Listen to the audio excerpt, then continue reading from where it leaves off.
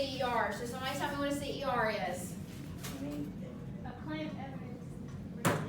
Very good. Okay, so when I have this pulled up here, you see I have CER squared.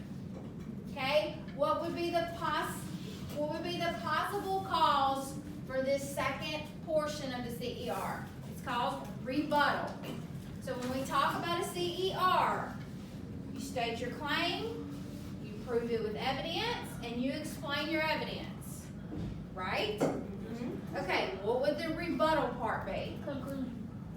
Okay, a conclusion. Maya?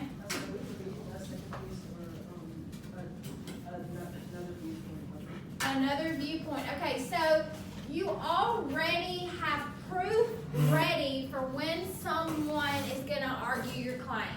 Okay, so if I state a claim that you don't necessarily believe and I don't provide enough proof, and you do the argument with me. Remember when we did that day where we did the arguments? I said it's called an argument, but it wasn't a negative argument.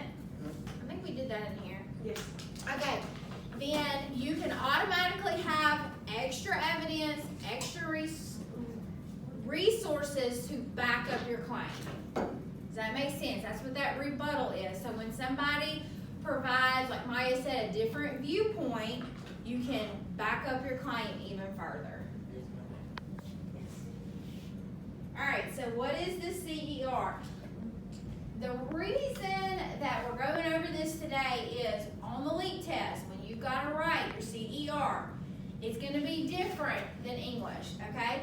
You're not going to have a story that you refer to, that you cite information from. You have to pull information from a scientific text or a graph or a chart and use that as your evidence for your claim. Okay, it's not going to be based off of opinion because science is facts, not opinion. All right, so let's go into this a little further. So our claim. A claim is a statement that answers a particular question or problem. So it's what you're trying to prove. It's a short statement of what you're trying to prove. Our evidence, you have to find data or evidence that is not only appropriate for your claim, and I don't mean like inappropriate wise, I mean it's got to prove your claim specifically. You wouldn't, if you were talking about red shirts, okay, you wouldn't start talking about blue shirts. That has nothing to do with your claim. You're talking about red shirts. You're trying to prove a claim of red shirts. So you wouldn't start talking about blue shirts. That's what we're talking about when we're saying that it's appropriate. Now, the second part of this is sufficient. When we go over a outline of a CER, it's going to show your claim and then 3 pieces of evidence. When we do our assignment today, I want to do 2 pieces of evidence. Now, if I provide 1 piece of evidence for my claim, hey, great, that's good. I'm pretty sure you can find a piece of evidence for anything.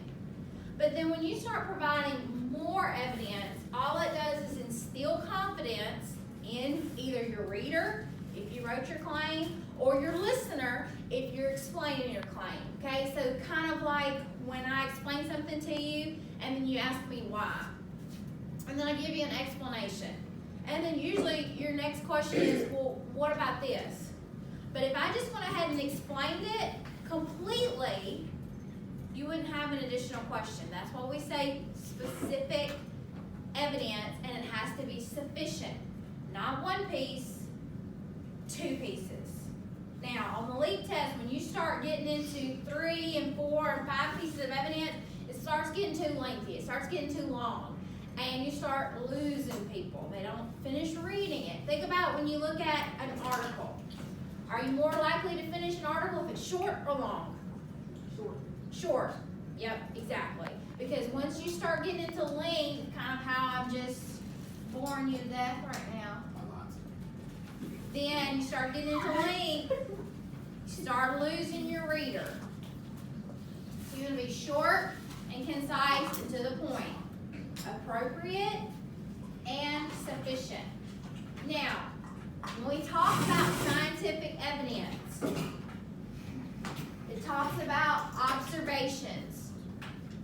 Give me an example of an observation that you could make. Maya? When you're looking at social media, it's smaller than Okay, very good. Mitchell? She said the same thing. Okay, so when we're doing an experiment and you perform the experiment, what do? Just sit back and close your eyes? No, you observe what happens with the experiment. Then, once the experiment comes to an end and you have your data, you have your information that you were performing the experiment to get, that is what you observe. That is what you pull from that experiment, and that is the proof that you can use. All right, reasoning. In my personal opinion, take it for what you will, reasoning is the most difficult part of a CER. I can make a claim all day long, I'm sure you can too, and you can find evidence, but reasoning your evidence is what is difficult. For example, if I'm making a claim, and I come over here and I find a book that is evidence for my claim. This is my evidence. All right, well, I walked over here and I look, you've got 1, 2, 3, 4, 5, I mean, you've got like 12 different books to choose from. And I chose this piece of evidence, this book.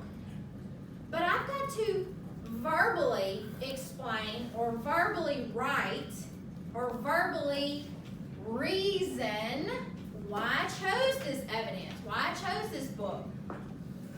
I don't know, it's difficult. You make decisions all day long about different things, whether it's what you want to eat, or if you went up to a vending machine, why did you choose this snack and not a different snack? Why did I choose this book instead of these other books? What, Maya? Yes, and it's difficult for you to put into words why you did what you did. Your brain just does it. It automatically does it. Does that make sense? Yes, ma'am. Yes, Yes, ma'am. ma'am. Oh, awesome. All right, so we're going to skip the rebuttal part of this because you're not going to put that on the lead test. So we're skipping through the rebuttal and we're going to move on to a sample CER. Okay, everyone thinks this is kind of funny. Maybe. All right, the claim. Mr. Jones is a mean teacher. All right, so there's your claim. There's your statement. Is it a question or is it a statement? It's a statement. Statement. All right, so our evidence. Here's our evidence. Some students say so. Some parents say so. He raises his voice. He makes students come in for lunch detention. He always yells at students. Makes a kid cry. They did a survey. Okay, there's all these pieces of evidence why he's a mean teacher. Reasoning. So, what makes us think that he's a mean teacher? You provided evidence, okay, but is he really a mean person? Okay, if he's making students come in for lunch detention. That's what it means. Okay, but or is he just doing his job? He made somebody cry. Okay, made somebody cry. Okay, what if that person's just overly sensitive?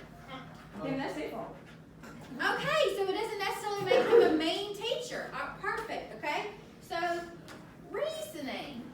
Now, the reasoning that scientists discovered a gene. Remind me what a gene is. The thing you get your parents. Very good. And yeah.